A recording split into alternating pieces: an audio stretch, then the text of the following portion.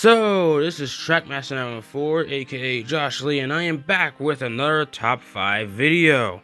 I'm actually nervous for this one because there were plenty to choose from for this list. Trust me, boys, there were a lot of suckers for me to put on this one. Like, I don't even have to tell you how much of a cluster of ducks this series is. Believe me when I say this list will shock you.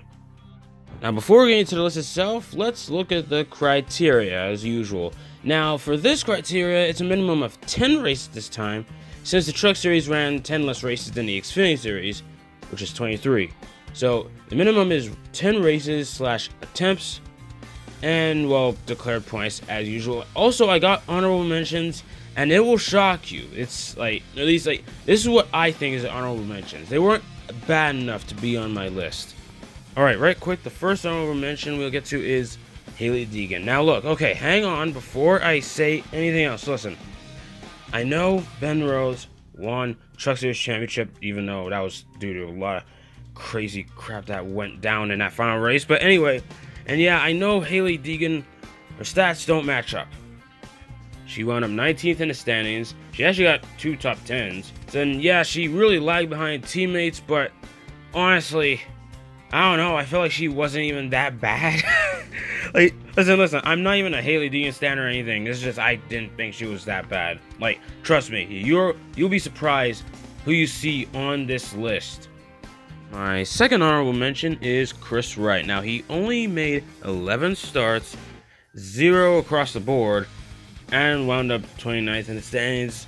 I almost put him on the list, but honestly, there were far worse guys with more expectations. So they get the spots. I mean, there was like no expectations for Chris Wright. And heck, he qualified for every race he attempted, so, you know, can't be too thing about it. Now, one more honorable mention is Kobe Howard driving for CR7 Motorsports. Now, the main reason I would have put him on this list was for the 5 DNFs he had. But honestly, I feel like there was far worse drivers, so I just kept him off.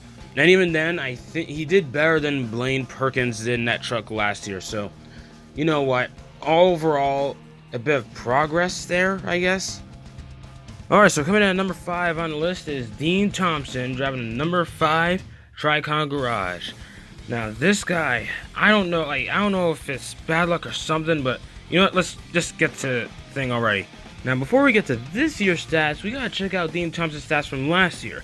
So, Dean Thompson ran for Nice Motorsports in the 40 truck last year in 2022, and the stats weren't really too good. In fact, out of the 4 Nice trucks that ran that season, only Carson Hocevar did any good. Dean Thompson got an average finish of 25.2 with 5 DNFs. That's a key factor there. As for the rest of the stats, oh boy, well for this year he joined Tricon Garage in number 5 truck, and it seemed like things would go off well, but then, yikes. The things didn't start too well by crashing out at the season opener of Daytona. Now, that's not really too worrying because it's Daytona and these things tend to be really chaotic, so it isn't really a factor in how the rest of the year would come.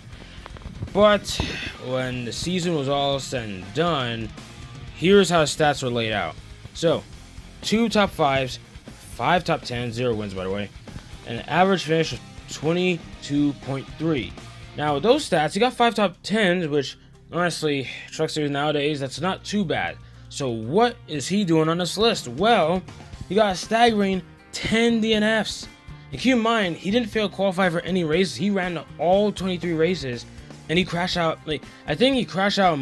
I think most of the DNFs are crashes. One of them is for engine trouble in Gateway and DVP at Nashville. So I guess he failed to beat the DVP clock.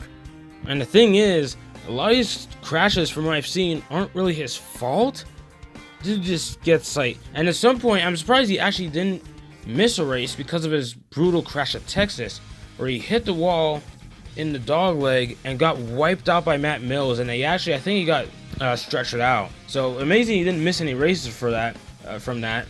But yeah, still rough season. And honestly, again, like the stats minus the DNFs aren't terrible. If you could just like DNF less or have better luck in this case, then I'm sure Dean Thompson will have an alright season. But I guess only time will tell, to be honest. Alright, so coming in at number 4 is the 45 Lawless Allen, driving for Nice Motorsports. Oh man, okay, where do I start? Okay, so Lawless Allen last year didn't really do too well. Just like Dean Thompson didn't do so well in the Nice truck last year. And in fact, here's his 2022 stats. His stats for 2022 is 0 wins, well actually 0 top 5s, top 10s, and the average finish of 24.2 and 4 DNFs. Now, that's not remarkable. And he went out 22nd at the standings. But this is somehow better than what he did this year. Because this year, he actually finished 22nd in the standings this year. But one major difference. At least last year, Lawless Allen was able to qualify for all the races. This year was a massive step down. He failed to qualify for a season opener at Daytona, of all races. And he failed to qualify for Bristol Dirt. So yeah, that's 2 DNQs. I don't know what happened. Like, even though he managed to get a top 10 this time around, which I guess progress, and his average finish improved from the 24.2 to 22.3, and like 1 less DNF with only 3. But the fact that you couldn't even make 2 races, I don't know. Like, I feel like the DNQs really makes it a big step down. Like, if he could actually make all his races, he could actually, I feel like he would have improved this year. I mean, it's still not really much. It's like little progress, but I feel like the guys like Lawless Allen and whatnot, it's like they gotta take their little wins, That's probably just me, though. Alright, coming in at number 3 is Josh Rome, driving one of his Rome Bros trucks at any point. He differentiates between numbers. Now, listen, I know there's like basically 0 expectations for Josh Rome and like anything he drives, no matter if it's an AM truck or one of his own trucks. By the way, Josh Rome actually ran about 6 races driving for AM Racing.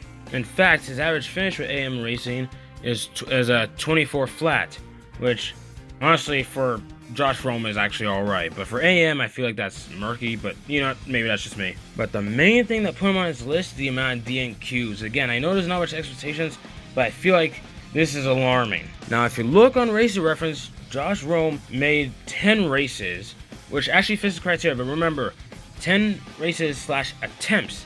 He may have made 10 races, but he did fail to qualify for 6 of them. Yes, he failed to qualify for 6 races. Like, it's just, I don't know, it's like, even though it's like his team, like, you're not expecting much from his team, that feels mind-boggling. And yeah, I don't think I have to tell you about his stats. I mean, 0 across the board. Average finish of 26.9, so he did better in the AM Racing truck, but then again, that's expected because AM Racing is actually alright for the team they are. And 1 DNF, which, by the way, actually, the one thing that keeps him off of number 1, or, well, a couple things, but the main reason is that, well, he wasn't reckless. He only got 1 DNF this year, and that was for transmission issues at Las Vegas. And that was in his own truck. So yeah, like, dude, for the most part, pretty clean.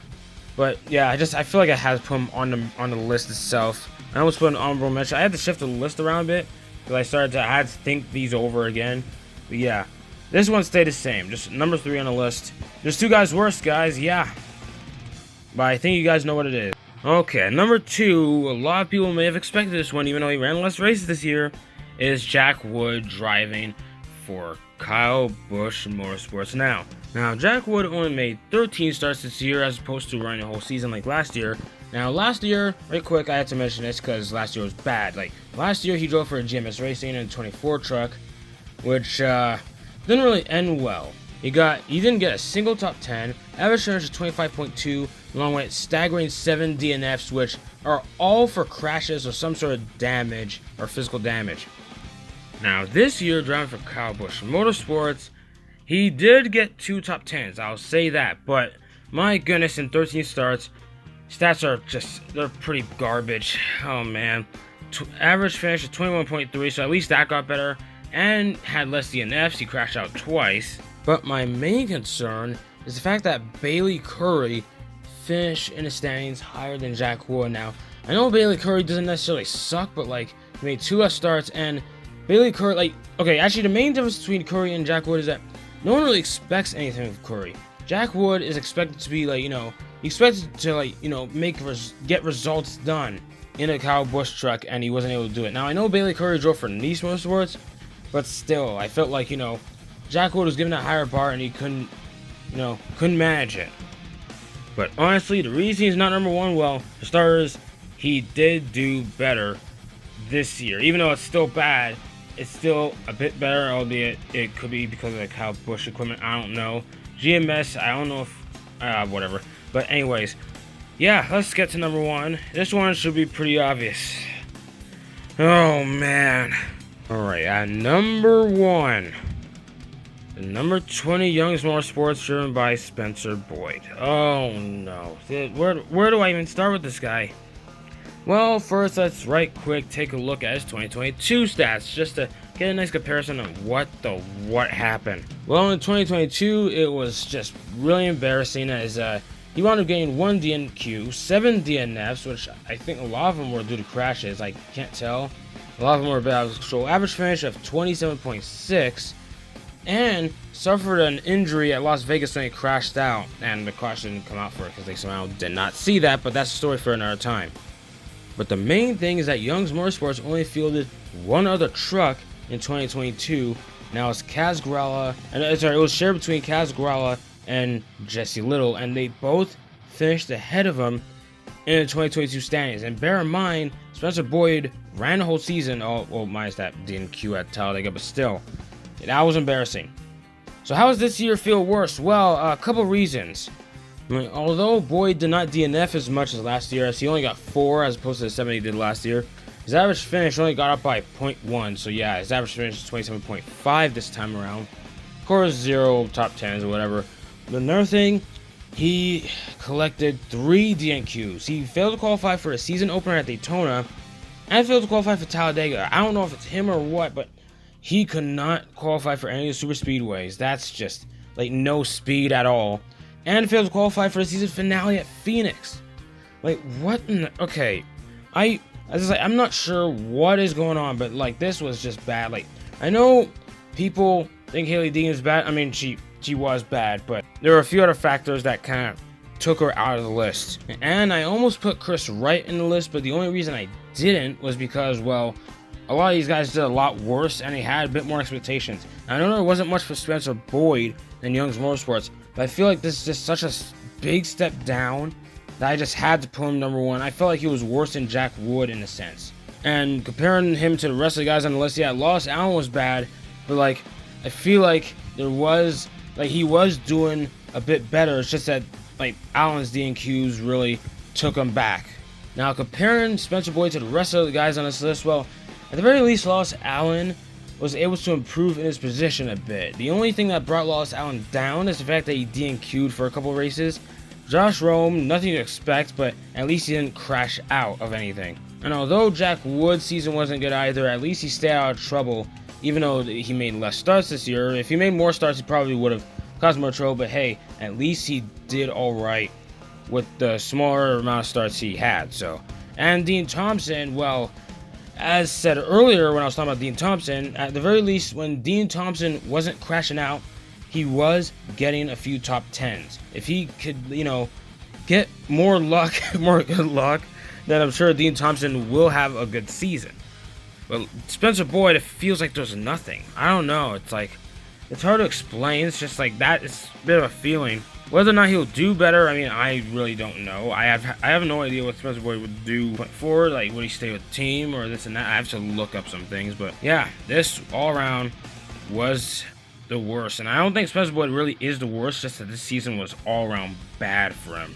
Whether or not he could pick it up the next season, only time will tell. But for now, he is the worst driver from the Truck Series of 2023. Alright, so that's just about going to do it for this list. The Cup Series one might take a while because, I don't know, some things I was trying to sort out. Honestly, it's not too hard for me to make these videos, just, I don't know, maybe it's a lot of time of editing for me, which usually I'm not really able to sit down, stay awake, or whatever, but it is what it is. Whether or not, well, the Cup Series one, okay, it should be soon, I promise that, because, like, there's a lot of stuff I'm looking to release now, because, like, stuff I did a while back that I never did. I'm gonna bring it out now because honestly I feel like it's time. See what works, And that's about it from me, Josh Lee, signing out.